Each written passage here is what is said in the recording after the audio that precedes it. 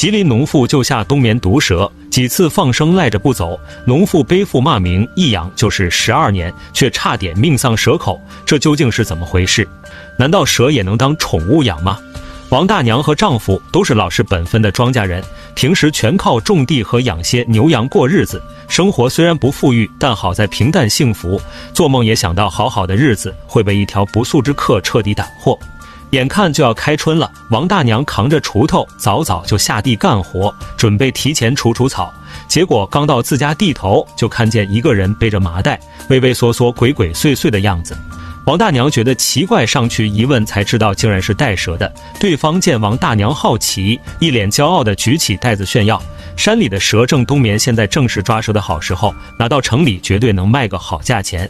说完还解开袋子，让王大娘欣赏她的战果。一向心善的王大娘看见蛇缩在角落瑟瑟发抖的模样，十分心疼。听到蛇会被扒皮，以后端上餐桌彻底坐不住了，掏出100块就要把蛇买下，不用路费就能卖出去，对方自然乐得开心，连忙把钱收下，就把袋子递了过去。临走前还贴心嘱咐，这是条毒蛇，带回家不管是吃还是泡酒都要赶紧杀死，一旦让蛇醒过来发起攻击可就糟了。王大娘看着蛇身上的伤，心里着急，活都来不及干，就连忙往家里赶。本以为是积德的好事儿，没想到会因为一条蛇闹到骂声一片，还差点家破人亡。吉林农妇救下受伤毒蛇，12年后差点命丧家中，毒蛇没吃饱，竟盯上了救命恩人。把毒蛇带回家后，王大娘专门又包了一层袋子，生怕出事。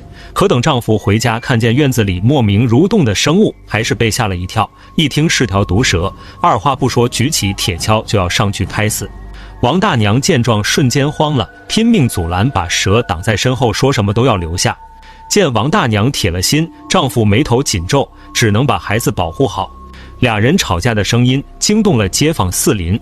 大伙儿听说王大娘带回来一条蛇，都吓得心惊胆战，对这种引狼入室的做法骂声一片，都催促王大娘赶紧把蛇扔掉。毕竟蛇可不是小猫小狗，这种冷血生物一旦发狂，可就闯大祸了。王大娘见状赶紧承诺，蛇身上的伤医好，立马放生。面对王大娘的菩萨心肠，家里人十分无奈，每天战战兢兢，连觉都不敢睡。王大娘为了把蛇治好，也是费尽心思，每天一大早就买肉投喂。就这样接连几天过去，蛇身上的伤已经好了一大半。王大娘在家人的催促下，把蛇带到山上，解开袋子就飞奔回家。一路上还为自己做了件积德的好事开心，结果当天晚上突然听到一阵诡异的沙沙声，出门一看，毒蛇竟然又回来了。王大娘又惊又喜，直呼这蛇有灵气，但蛇可不是宠物，咬上一口相当要命。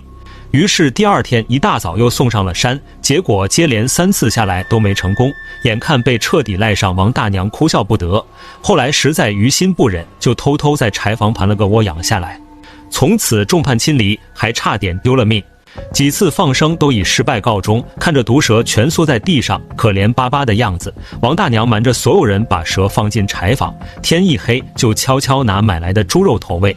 本以为养蛇计划天衣无缝，结果还是被发现了。丈夫火爆3丈，见王大娘执迷不悟，怎么劝都不听，一气之下带着孩子就搬了出去。把毒蛇当宠物养就是在玩火，孩子一旦被咬可就糟了。但王大娘一口咬定她养的蛇性情温顺，不会咬人，一传十，十传百，王大娘养毒蛇的消息传遍了整个小村。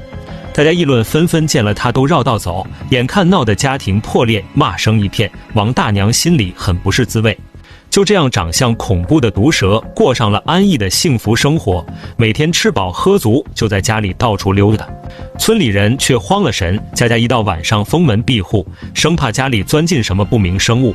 就这样一人一蛇，一过就是12年。都说白眼狼养不熟，天生冷血的毒蛇更是如此。